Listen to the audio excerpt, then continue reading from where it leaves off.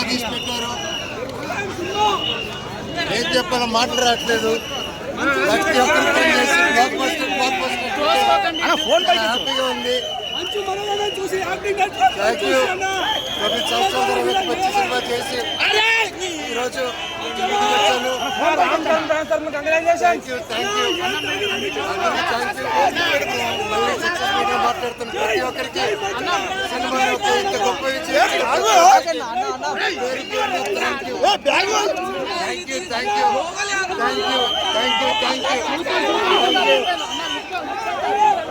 గ్రంథం గురించి అసలు ఆ ఫైటింగ్ సీన్ విజువల్స్ కావచ్చు అసలు మామూలుగా పెట్టలేదు భయ. ఎక్సలెంట్ అని చెప్పుకోవచ్చు.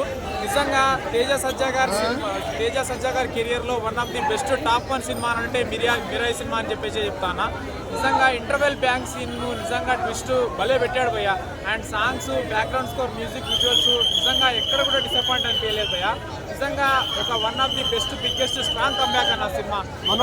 ఆడియన్స్ అందరూ ఏంటంటే భారతదేశంలో ఉన్న చిన్న పిల్లల దగ్గర నుంచి పెద్దవాళ్ళ వరకు ప్రతి ఒక్కళ్ళు చూడాల్సిన సినిమా, చూడదగ్గ సినిమా, అందరికీ నచ్చే సినిమా, అందరు మెచ్చే సినిమా అన్న ఇది.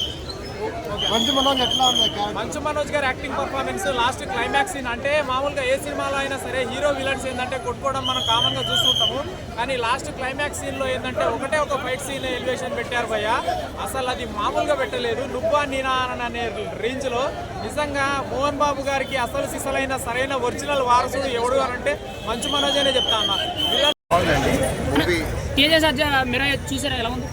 తేజ సత్యాలో ఒక ఆరా ఉంది. ఆ ఆరా చిరంజీవికి ఉంటుంది కదా, ఫేస్లో ఒక ఎక్స్ప్రెషన్ పెడతారు కదా, అలా అనిపించింది అనమాట. చాలా బాగా చేశాడు. మంచు మనోజ్ విలన్ రోల్ చేస్తున్నాడు కదా, ఎలా ఉంది? మంచు మనోజ్ కూడా చాలా బాగా చేశాడు. హీరో రోల్స్లో చూడాలి ఇంకా, బట్ చాలా బాగుంది. బ్యాక్గ్రౌండ్ మ్యూజిక్ ఎలా ఉందన్న? బ్యాక్గ్రౌండ్ మ్యూజిక్ చాలా కొత్తగా ఉంది. మనకి తెలుగులో మనం ఇట్లాంటివి చూడము, కాకపోతే చాలా బాగుంది. అన్న కార్తిక్ ఘట్టం డైరెక్షన్ ఎలా ఉంది? స్క్రీన్ ప్లే డైరెక్షన్ బాగుంది, డెఫినెట్గా బాగుంది. అనేది సర్ప్రైజ్ ఉందా? సర్ప్రైజ్ ఏమన్నా ఉందా? సర్ప్రైజ్ అట్లా ఏం లేదు, చాలా బాగుంది. ఈ సినిమాలో villain role main Manchu Manoj కాదు, ఇంకొక క్యారెక్టర్ ఉన్నానని చెప్పి ఆల్రెడీ న్యూస్ లో వైరల్ అవుతుంది. మీరు లాస్ట్ లో విలన్ లేదండి, మంచు మనోజ్ మెయిన్. పార్ట్ 2 ఎలా ఉండబోతుందంట?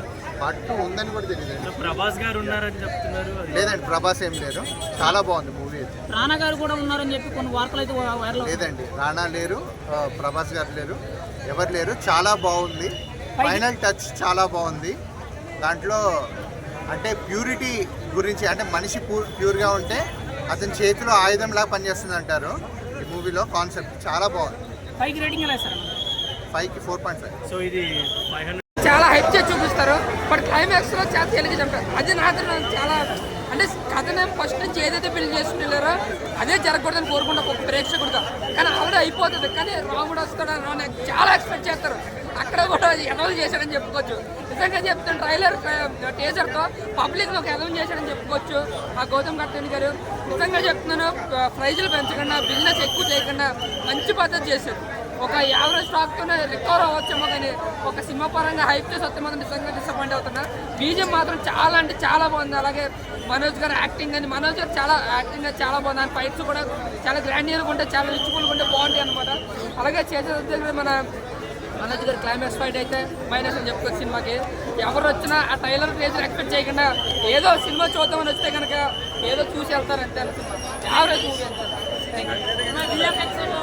ఏదన్నా విజువల్ ఎఫెక్ట్స్ బాగున్నాయి. సినిమా విజువల్ ఎఫెక్ట్స్ అయితే మాత్రం చాలా బాగా అనిపించింది. పెంచలేదు, ఎక్కడ లేడు, పెంచకుండా హైప్ ఎక్కువ పెంచారు. బట్ హైప్ తగ్గ సినిమా లేదు, టీజర్ తగ్గ ట్రైలర్ తగ్గ సినిమా లేదు. ఒక యావరేజ్ చెప్పుకోవచ్చు. ఆ బీజం విజువల్ ఎఫెక్ట్స్ బాగున్నాయి. ఆ గల్ల వాహనం సీన్స్ ఉంటాయండి, అవి నిజంగా కూర్చోవాలి చాలా అంటే చాలా. సినిమా అంతటికి కూడా అవే బాగుంటాయి అన్నమాట సీన్స్.